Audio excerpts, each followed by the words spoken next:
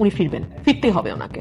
ফিরতে হবে কয়েকটা কারণে। আপনি যদি একেবারে নিরপেক্ষভাবে দূর থেকে দাঁড়িয়ে ওনার অবস্থানটা চিন্তা করেন, ওনার পরিবারের একটা দীর্ঘ ইতিহাস আছে রাজনীতি তো একটু হুঙ্কার টুঙ্কার না দিলে তো হয় না। নেতা কর্মীদের একটা চাঙ্গা রাখতে হবে। নেতা না হয় আছে 10টা, আর কর্মী না হয় আছে 5টা, 15 জনকে তো চাঙ্গা রাখতে হবে। আপারে 4 আগস্ট 2024 বিএনপির মুরত ছিল না। এরকম বড় বড় দল দেখলে মনে হয় আর কিচ্ছু নাই। কোত্থেকে যে বেরোবে এটা হিসাব করে পাবেন না। এত ভয় কেন সরকারে? যদি আওয়ামী লীগ কোথাও নাই থাকে, ফিরতেই হবে ওনাকে। সবচেয়ে খারাপ অবস্থা স্বরাষ্ট্রের। উনি তো ডিফ্যাক্টো প্রধানমন্ত্রী হয়ে মনে হয় আছে সবগুলোর দায়িত্বে উনি।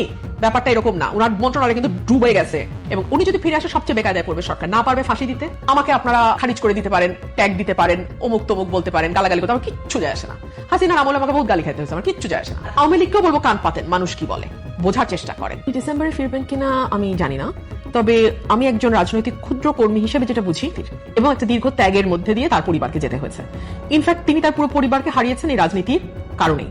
তার সঙ্গে জড়িয়ে আছে তার পরিবারের সঙ্গে তার আরো বৃহৎ পরিবার, তার দল, যে দলটিকে একেবারে ভেঙে চুরে যাওয়া অবস্থায় 75 থেকে 80 তিনি 81 সালে ফিরে এসে হাল ধরেছিলেন, এবং 81 থেকে 26 46 বছর উনি এই দলটার প্রধান হিসেবে মাঠে, রাজনীতির মাঠে, সংসদে, রাষ্ট্র ক্ষমতায় এবং বিরোধী দলে থেকে লড়াই করেছেন। তো এখন যদি উনি না আসেন, ওনার পরিবার তো কেবলমাত্র উনি এবং ওনার 2 সন্তান নন, ওনার পরিবার হচ্ছে আওয়ামী লীগের এই বিশাল পরিবার।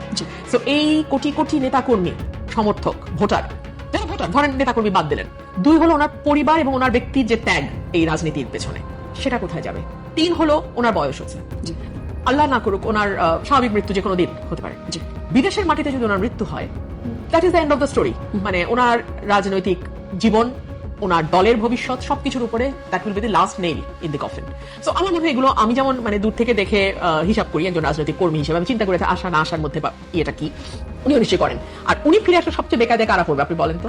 এটা আমি আরো 9 মাস আগে বলেছিলাম। সবচেয়ে বেকায়দায় পড়বে সরকার, সবচেয়ে আপারে 4 আগস্ট 2024 বিএনপির মুরত ছিল না। এরকম বড় বড় দল দেখলে মনে হয় আর কিচ্ছু নাই। কোত্থেকে যে বেরোবে এটা হিসাব করে পাবেন না। আপনি আমাকে বলেন না, আপনারাই আর আমরা তো একই জায়গায় বহু স্টকশ করেছি।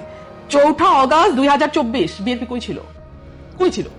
সুতরাং নাইটাই এগুলো বলা যায়। হাসিনাও বহু বলছে বিএনপি নাই, এগুলো বললে শান্তি লাগে, শান্তি পাওয়ার জন্য বলে, ওটা কোনো অসুবিধা নেই, পলিটিক্যাল রেটরিক। যদি নাই থাকে তাহলে আর শো ন্যারেস দেখায় সব কর্মীকে ভিতরে রাখতে হয় কেন? তাহলে 5 জনের মিছিলে 500 জনের নামে মামলা হয় কেন? আমার এলাকায় যে ছেলেটা হয়তো দল কোনোটাই করে না, হাসেন ইলেকশন করেছে আমার সাথে, তার নামও আওয়ামী লীগের মধ্যে ঢুকাই দিয়ে মামলা দিতে হয়? এত ভয় কেন সরকারে যদি আওয়ামী লীগ কোথাও নাই থাকে? তো ওগুলোর জব আমি দিতে চাই না। আর স্বরাষ্ট্রমন্ত্রীর বরং ফোকাস করা উচিত ওনার নিজের মন্ত্রণালয়। সবচেয়ে খারাপ অবস্থা স্বরাষ্ট্রের। উনি তো ডিফ্যাক্টো প্রধানমন্ত্রী হয়ে মন্ত্রণালয় আছে, সবগুলোর দায়িত্বে উনি। ব্যাপারটা এরকম না। ওনার মন্ত্রণালয় কিন্তু ডুবে গেছে। He better focus on his own মন্ত্রণালয়।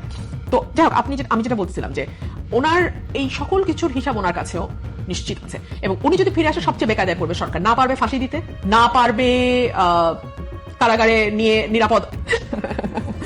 শুনেন, রাজনীতি তো একটু হুঙ্কার টুঙ্কার না দিলে তো হয় না। নেতা কর্মীদের একটা চাঙ্গা রাখতে হবে। নেতা না হয় আছে 10টা, আর কর্মী না হয় আছে 5টা, 15 জনকে তো চাঙ্গা রাখতে হবে। সেটা নিয়ে আমার কোনো বক্তব্য নাই। আমি সাধারণ মানুষের কথা শুনতে চাই, সাধারণ মানুষ কি বলে, কি ভাবে। আপনারাও কান পাতেন।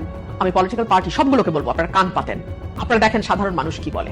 আমার কথা আপনাদের তিতা লাগবে, আমাকে আপনারা খারিজ করে দিতে পারেন, ট্যাগ দিতে পারেন, অমুক তমুক বলতে পারেন, গালাগালি করতে, আমার কিচ্ছু যায় আসে না। হাসিনার আমলে আমাকে বহুত গালি খাইতে হয়েছে, আমার কিচ্ছু যায় আসে না।